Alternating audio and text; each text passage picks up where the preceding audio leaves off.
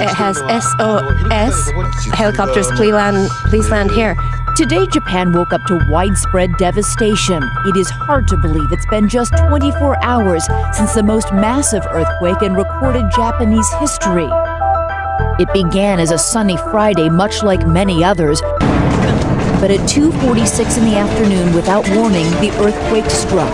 This is the diet session recorded earlier, right when the earthquake hit Tokyo. And shortly after that, it started to get scary. We are experiencing an earthquake. Building with terrifying intensity. Everything is falling. Holy As the quake rumbled across the country, school children ran in fear. Shocked supermarket shoppers tried to stay on their feet. Airport travelers dodged falling debris. And a TV crew setting up for an interview was suddenly interrupted. In Sendai, the city closest to the epicenter, books flew from shelves. Debris from buildings crashed to the ground as pedestrians ran for cover.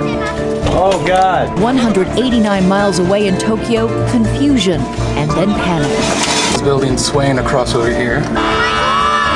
Below ground, an American working in Japan captures this dramatic video in the subway. Shaking you constantly for a good 3-4 minutes and just wasn't stopping. I was amazed how long this thing was going. It just did not want to stop. All right, I'm gonna go under the desk. The quake lasts 5 agonizing minutes. It was so significant that I couldn't stand up in my room. That's how much the building was moving at the height of the main quake that hit. And leaves Japan's capital city incapacitated. Trains stop, power is cut to 4 million buildings, phones are out. Flights trying to land in Tokyo are diverted to U.S. military bases elsewhere in Japan. Buildings in Tokyo swayed back and forth for half an hour. As powerful aftershocks rock the island nation, news anchors wear helmets on television. But the disaster has only just begun.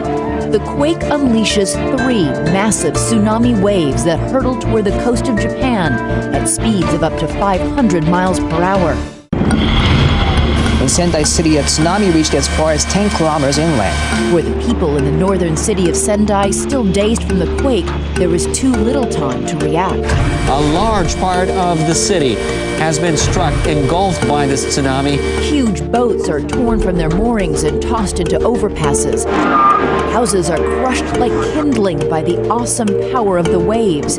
And everything is smashed together into a deadly wall of debris that consumes everything in its path. As the wave streaks along the flat countryside, the CCTV cameras record the slow-motion swallowing of an entire airport. A bullet train filled with passengers and tourists traveling along the coast disappears, so far without a trace. We are watching this incredible torrent of debris. In the ocean, a huge whirlpool forms off the coast, a result of the ocean floor essentially cracking open, the water acting like it would as if a bathtub is draining, potentially sucking everything down to the ocean floor. Miyagi police report that a boat with 81 people on board is missing. Please evacuate and take precautions. Japan is the only country in the world with an early detection system for earthquakes. It worked well by all reports, sending warnings across the country and allowing some factories time to shut down. Still, an oil refinery explodes. And that fire in an oil refinery, completely under control, a large inferno. Perhaps most ominously, this nuclear plant on the coast of Fukushima is in a state of emergency when its backup generator fails, compromising its ability to keep its radioactive core cool. The reactor is only 170 miles northeast of Tokyo.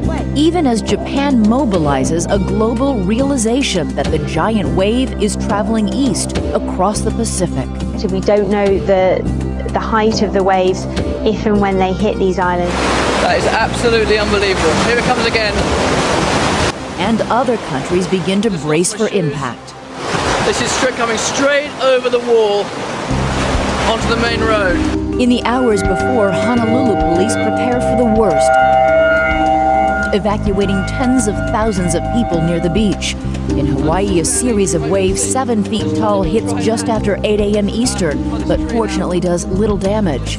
Crescent City, California, hit by a tsunami back in 1964, had a hard day today as well. An 8-foot wave came in, destroying the city docks and piers, doing millions of dollars in damage. Similar scenes in Santa Cruz, but nothing like the scenes of devastation in Japan.